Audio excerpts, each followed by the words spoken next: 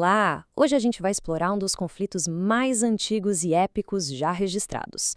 Deixando os impérios modernos de lado por um momento, a imaginação nos leva direto para o Antigo Oriente Médio.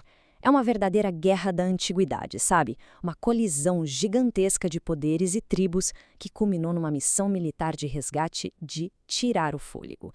Sem enrolação, vamos direto aos fatos dessa história. Certo, vamos mergulhar nisso. O ano é o 14º de uma dominação geopolítica super tensa na região. Uma retaliação brutal está prestes a atingir o Vale de Sidim em cheio. Mas o que exatamente levou a esse momento?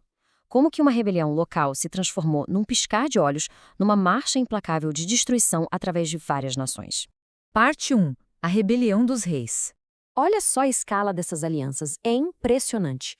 De um lado, a gente tem uma coalizão fortíssima vindo do leste, os 4 reis, liderados por Kedorlaomer de Elão, junto com Anrafel, rei de Sinar, Arioque, rei de Elassar, e Tidal, rei de Nações. Do outro lado, defendendo o próprio território ali no vale, estão os 5 reis, os reis de Sodoma, Gomorra, Admar, Zeboim e o rei de Bela, que é Zoar.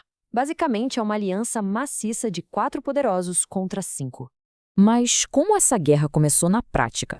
Bom, a cronologia dos fatos mostra que por 12 longos anos, os 5 reis do vale viveram em servidão a Kedorlaomer. Eles se submeteram a esse poder todo. Só que aí, no 13º ano, eles se rebelaram.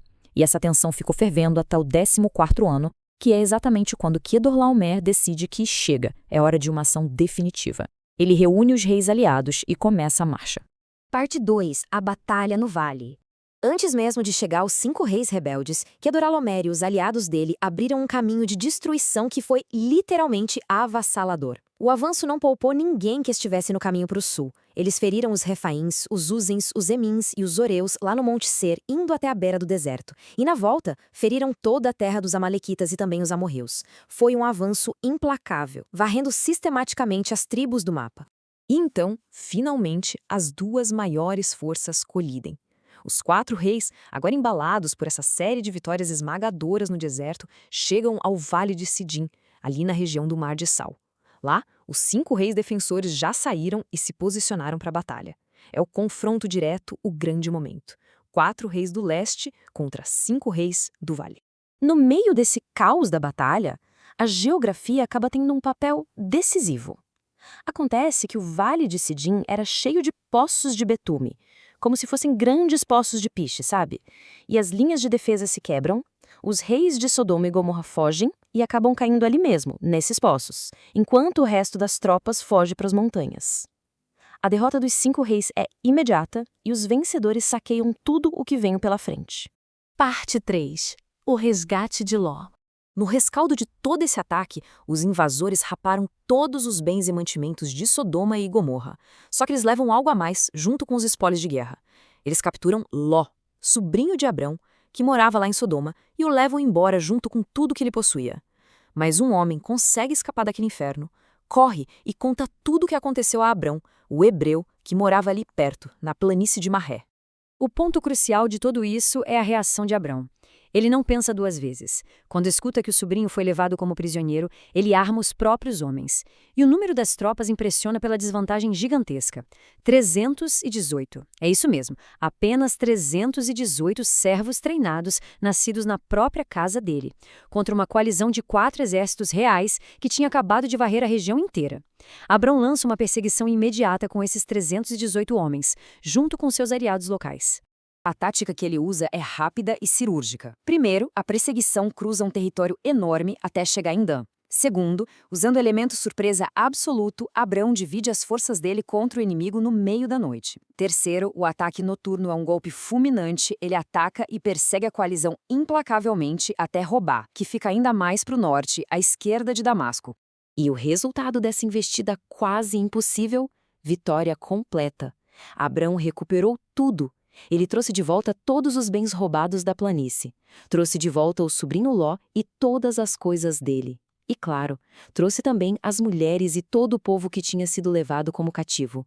Ninguém ficou para trás. Parte 4. O encontro com Melquisedeque. Depois de voltar desse massacre contra Kedorlaomer, os líderes se encontram no Vale de Savé, conhecido como o Vale do Rei. O rei de Sodoma sai para encontrar Abrão.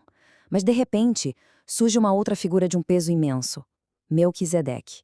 Ele é o rei de Salém, mas desempenha um papel duplo importantíssimo aqui, porque ele também é sacerdote do Deus Altíssimo e traz pão e vinho para esse encontro. E é bem nesse momento solene que Melquisedeque profere uma bênção perante todos. Ele diz: Bendito seja Abrão, do Deus Altíssimo, possuidor do céu e da terra. E bendito seja o Deus Altíssimo, que entregou teus inimigos em tuas mãos. Em resposta a isso, o texto narra que Abrão entrega a Melquisedeque os dízimos de absolutamente tudo que havia sido recuperado. Parte 5. A recusa de Abrão. A atenção volta ao ar quando o rei de Sodoma olha para aquela montanha de bens que Abrão recuperou e faz a seguinte proposta: dá-me as pessoas e toma os bens para ti. É uma oferta que parece muito generosa, né? O rei pede só que os habitantes da cidade dele sejam devolvidos e permite abertamente que Abrão fique com todas as riquezas materiais inimagináveis como recompensa. Mas a resposta de Abrão ao rei de Sodoma corta o clima e encerra o episódio com uma força incontestável. Abrão diz com todas as letras: Eu levanto a minha mão ao Senhor, o Deus Altíssimo, o possuidor do céu e da terra, que não tomarei nem um fio, nem a correia de uma sandália, e que não tomarei coisa alguma que é tua, para que não digas, eu enriqueci a Abrão. Ele deixa claríssimo que aceita apenas o que os jovens comeram e a parte dos aliados que lutaram com ele, Aner, Escol e Manré. Mas para ele mesmo, absolutamente nada.